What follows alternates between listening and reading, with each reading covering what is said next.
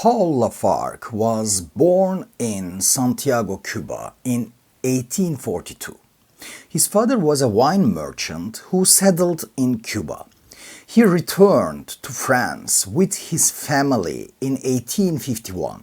He studied at the École Normale Supérieure in the 1860s. The École Normale Supérieure is France's long-established and largest educational institution.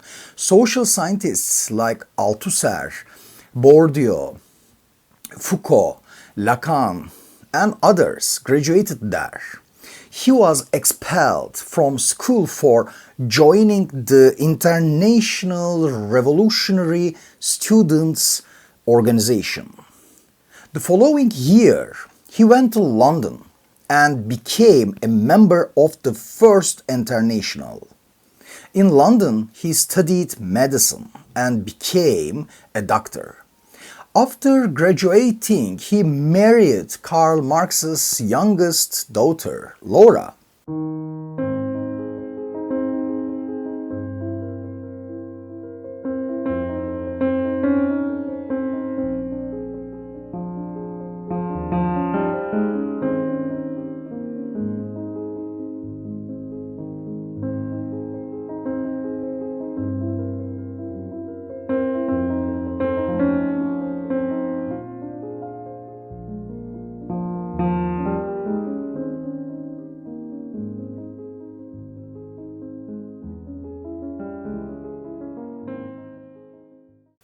Afterward, they both returned to France and founded revolutionary organizations and tried to explain the anti-capitalist struggle to the masses in France. They actively participated in the Paris Commune and fought hand to hand with workers against soldiers in the streets.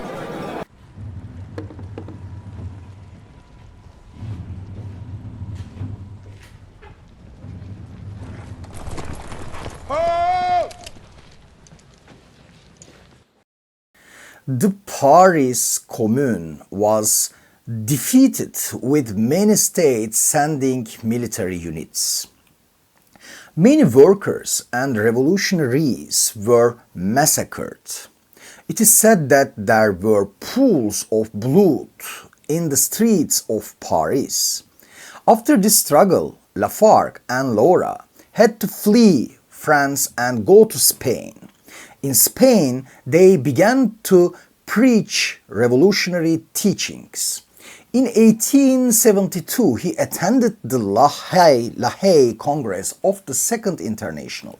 In 1882, he returned to France, taking advantage of a political amnesty in France. Lafargue was a lifelong anti-war and anti-military anarchist. In almost every meeting, he told the workers that the military and the police were the protectors of the French bourgeoisie. According to Lafargue, the duty of the police and the military was to protect the state, the apparatus of a handful of rich people. The wars of the world were wars of the bourgeoisie. The poor died and the rich profited from these wars. Even though Lafargue differed from Marx on the state ideas, he made great contributions to Marxism. He translated Marx's books and was instrumental in spreading these books to the masses. However, Lafargue was an anarchist and had doubts about any kind of state ideas. He harshly criticized the capitalist work ethic and forced labor in his famous work, The Right to, in which he collected his ideas on forced labor. This slim book is still among the most popular and relevant books today.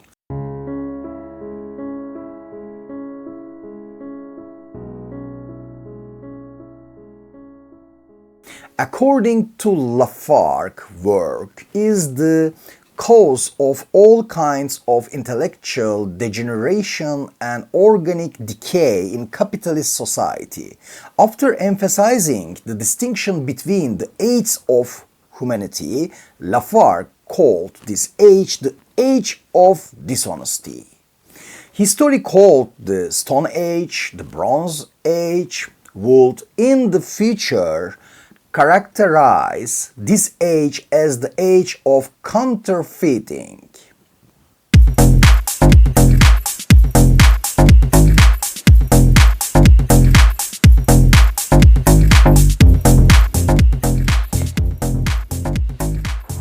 The leisure time heralded by the pagan bard has never come. The blind, depraved, and murderous passion for work turns emancipating machines into instruments of enslavement of free man. The productivity of machines impoverishes the workers. Already in the 19th century, he perceived corporate fraud. All the goods they produce are deliberately made in a cursory way so that they are easy to produce but don't last long. Lafargue and his wife Laura choose not to experience the problems and devastation of old age. In 1911, they both made a joint decision and committed suicide.